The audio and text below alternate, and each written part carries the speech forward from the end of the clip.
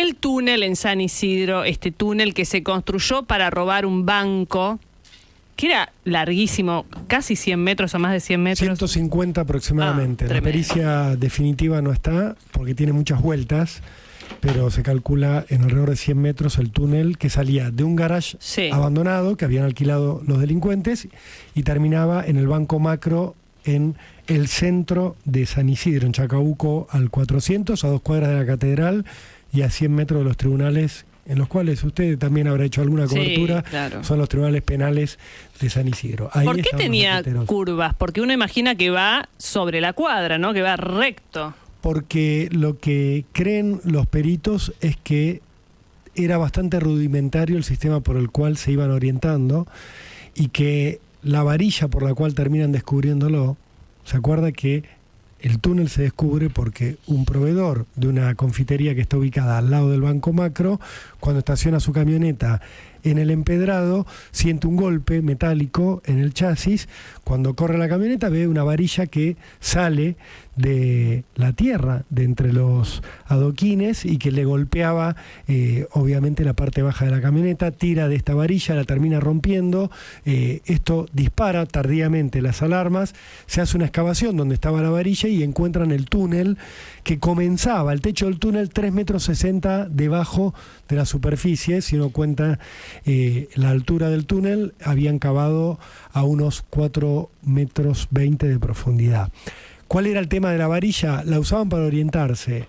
Lo que creen los ingenieros que están trabajando en los peritajes era que empezaron a cavar, llegaron a la profundidad, digamos, a la altura crucero, por debajo de donde corren los caños de agua, los caños de gas, el tendido eléctrico si lo hay enterrado, no es común, pero por debajo de esa línea, y empiezan a cavar. Pero les costaba orientarse en las profundidades y lo que hacían era sacar una varilla roscada cada tantos metros, ir a la superficie, ver dónde estaba la varilla, trazar una línea por debajo con un cordón, poner una segunda varilla y así uniendo puntos, como hacen los chicos con los juegos, el 1, el 1 con el 2, con el 3, con el 4, y vas haciendo la figura. Dibujito. Bueno, así iban orientando el túnel. Por eso es que tiene ciertos movimientos. Y además que iban evitando, lógicamente, donde encontraban material un poco más duro que el que venían trabajando. Es toda tierra compactada, pero no es uniforme. Nadie se preocupa por ver cómo está compuesto el fondo. En el único lugar donde hay un trabajo es en la superficie, está el empedrado, debajo del empedrado 60 centímetros de concreto y debajo es tierra. Pero en esa tierra te puedes encontrar con lugares donde hay piedra, lugares donde está más sólida. Entonces, así se fueron moviendo los boqueteros para hacer este túnel que tanto nos sorprendió cuando se descubrió. Jessy, la novedad ahora, y para lo que me dabas pie obviamente, tiene que ver con la detención de 2 sospechosos. Te diría que son 2 sospechosos que están muy complicados, porque lo que encontraron los investigadores fue una serie de huellas en el túnel. Como se tuvieron que ir de apuro los tipos que estaban haciendo esta excavación, se dan cuenta de que han sido descubiertos cuando la varilla es tironeada desde el exterior. Y ahí, obviamente, hay un momento, suponen los investigadores, y están tratando de checarlo con cámaras de seguridad de la zona, pero hay un momento al cual dudan, ¿nos descubrieron, no nos descubrieron? ¿Alguien encontró la varilla? Bueno, esto quiere decir que no podemos ir adelante con el plan. Se ve que hubo una ronda de consultas y finalmente deciden abandonar el taller que habían alquilado y donde habían trabajado durante por lo menos 9 meses. Porque alguien en algún punto del organigrama de la banda dice, si alguien descubrió la varilla, se van a dar cuenta que estábamos a 3 metros del banco y que abajo hay algo y hay alguien. Y si hay algo y hay alguien, hay gente tratando de llegar al banco. Y ahí deciden la fuga.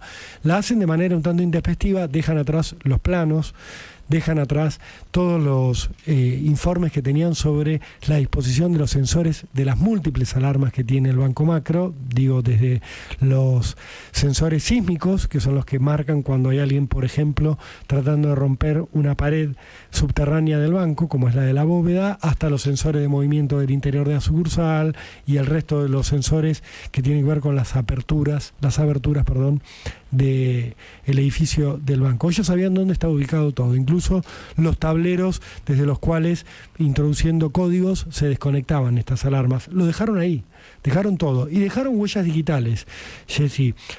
A partir de esas huellas digitales, los investigadores lograron identificar a un hombre que se llama Alan Lorenzo Rodríguez.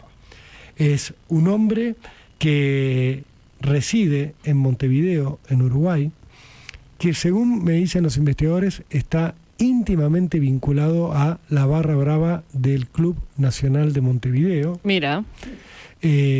Lo que menos sorprendió a los investigadores es la nacionalidad uruguaya. ¿Por qué? Te lo voy a contar que se entienda de buena manera. En la Argentina el primer gran golpe boquetero lo dieron ladrones uruguayos, que habían hecho experiencia en golpes boqueteros en el Uruguay, que tenían la especialidad, que no es fácil de obtener experiencia en este tipo de trabajos, y que habían robado. Vos contaste un caso cuando contaste esto, cuando hiciste el repaso, cuando el día que salió la noticia hiciste el repaso de casos emblemáticos, contaste un caso de muy famoso Uruguay. El del Banco Galicia de 1976, un banco que estaba en el centro de aquí de la capital, que es un robo que se da, como siempre, durante un fin de semana, desde un edificio contiguo, donde hacen un boquete y llegan a la bóveda. Ahí el que los vendió a aquellos boqueteros había sido el encargado del edificio, desde donde habían empezado el boquete, que recordó que los había visto salir con bolsas, había visto salir a tipos con bolsas muy, muy grandes, que le llamaban la atención, en el fin de semana en el cual después se reconstruyó, había ocurrido el robo. ¿Qué pasó a partir de entonces? Se logró ubicar en aquel momento quién había alquilado el inmueble del cual habían hecho el boquete y se los logró detener. Y eran los boqueteros uruguayos, y se habló mucho tiempo de los boqueteros uruguayos. Cuando a partir de ahí, cada vez que hubo un robo de boquete en la Argentina, yo les repasaba el del Banco Crédito Argentino de fines de los 90, obviamente el del Banco Río de Acasuso, se habló de uruguayos. Sí. Y se pensó en uruguayos, porque los policías piensan siempre de la misma manera. Che, tenemos un robo de una modalidad muy particular. Vamos a buscar a los tipos que ya cometieron robos de esa modalidad. Como ocurría con los robos de camiones blindados, había un robo de un camión blindado y decían, fue el Gordo Valor. Claro. ¿Sí? Porque sabían cómo hacerlo, porque tenían la experiencia. Cuando había boquetes, se hablaba de uruguayos. Y en algún punto tan lejos no estaban, porque en el robo del Banco Río de Acasuso estaba Luis Vitete Sellanes, uruguayo. Sí.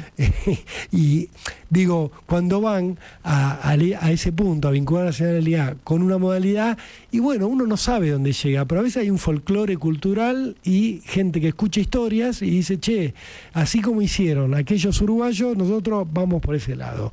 Por eso digo, no los sorprendió. ¿Tiene algo que ver este hombre con robos anteriores? No lo sabemos, pero la verdad que encaja justo en el perfil que estaban buscando. A él llegan por huellas. A él llegan por huellas digitales. Está detenido este hombre. Algunos dicen es directamente líder de la banda. Yo no creo que sea el líder si estaba en el túnel, porque acá hubo un financista, acá hubo gente con contactos que reunió a esta banda, como ocurrió en su momento con el robo al Banco Río, una cabeza que hace un master plan y que va contratando especialistas en las diferentes tareas para que vayan y pongan el cuerpo, que obviamente no quiere poner el delincuente principal. ¿Lo encontraron rápido cuando ordenaron la detención? Sí, lo encontraron rápidamente porque lo que dicen es que no se la esperaba. Evidentemente no se había ido muy lejos. Y luego el otro hombre que fue detenido en las últimas horas es un hombre llamado Alejandro Rosendo López. Fíjense que doy el nombre en el medio porque en realidad es Alejandro López y hay 2 millones. Sí. Alejandro Rosendo López, esperemos que no haya tanto para que nadie se sienta mencionado injustamente, pero Alejandro Rosendo López vive en Villa Paranacito, en Entre Ríos, y a él llegaron, no explicaron todavía cómo. Aparentemente lo vinculan por la red de contactos conocidos de Lorenzo Rodríguez, de Alan Lorenzo Rodríguez, el que dejó las huellas digitales, que era barra brava. A Alejandro Rosendo López lo encuentran a partir de la figura de Alan Lorenzo Rodríguez y descubren que tenía, primero, antecedentes por narcotráfico, y segundo, que su ocupación principal en Villa Paranacito, Entre Ríos, era la de lanchero. ¿Qué es el lanchero? La gente que vos vas y contratás en zonas limítrofes que tienen un curso de agua para que te cruce a vos o para que cruce mercaderías de manera ilegal, en principio. No por la aduana, sino... Contrabando. Sí, claro, quiero contrabando, quiero escapar de la justicia argentina o de la justicia uruguaya, cruzame. Bueno, es toda una especialidad también.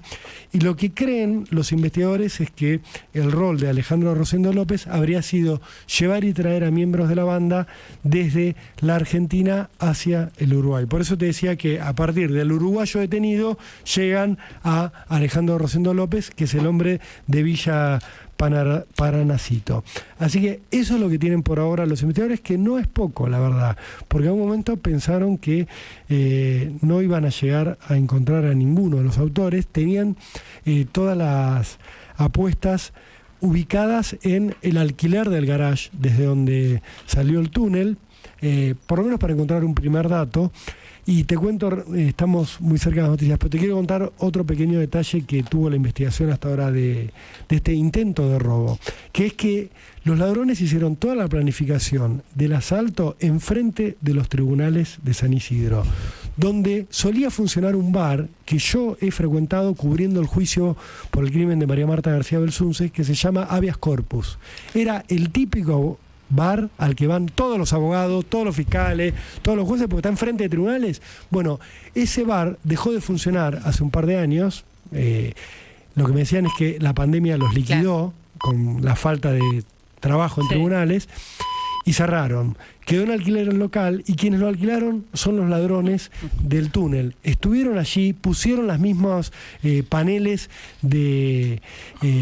cartón corrugado de madera balsa que tenían también en el garage, y estuvieron ahí durante muchos meses. Lo alquilaron, se cree que para planificar, y algunos me decían, quizás tenían la expectativa que desde el bar también podían llegar al banco sin hacer un túnel tan largo, porque está todo muy cerca. Pero lo cierto es que ahí dejaron los dedos pegados también con el alquiler. Se está investigando todo eso, a ver quién puso la plata, quién alquiló y quién frecuentaba este bar. Hay cámaras de seguridad en la zona. Quizás a partir de ahí logren llegar a algo. Con esto te cierro. La gran pregunta con estos dos acusados detenidos ahora es ¿qué delito les van a imputar? ¿Por qué? Porque en principio los fiscales van por la tentativa de robo, por el intento de robo, pero cualquier abogado defensor te va a decir que el intento no llegó a ocurrir. Claro. Porque no llegaron a el intento propiamente dicho, que hubiera sido romper el muro del banco y que te agarren en ese momento. Ahí es una tentativa de robo clara. Ahora, todo el túnel puede ser encuadrado en lo que la justicia, a partir de jurisprudencia y en muchos casos, ha dado en llamar actos preparatorios de un delito. Los actos preparatorios de un delito no son delito. Si a mí me agarran en la puerta de una casa con una ganzúa en el bolsillo, mirando a ver quién entra y quién sale, está claro que estoy preparando un delito, pero para que a mí me imputen la tentativa del delito tengo que estar intentando cometerlo. La policía me va a llevar preso seguramente, pero cuando voy a tribunales el fiscal va a decir no tengo qué delito imputarle. Los fiscales van a tomar esta postura. Una vez que empezaste a cavar, estaba ya intentando cometer el robo.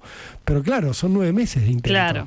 Y es difícil a nivel técnico legal, porque la verdad que sería algo tremendo como mensaje si todo esto termina con esta gente en libertad porque no hay delito concreto para imputar. Tengo una pregunta, pero bien cortito, Rolo, que es la siguiente. ¿Qué van a hacer con el túnel? ¿Lo van a tapar? ¿Ya lo taparon? No, por ahora no pueden taparlo porque se están haciendo pericias, porque siguen levantando rastros. De hecho, aparecieron huellas digitales y por mucho tiempo va a estar abierto. Bien. No hay riesgo de derrumbe en principio, así que durante mucho tiempo, y te diría quizás meses, esto va a seguir abierto porque pueden surgir elementos que haya que ir a chequear al banco. Alguien que diga, en tal momento, en tal trayecto del banco pasó esto y tengan que ir a mirarlo. Por eso va a seguir abierto.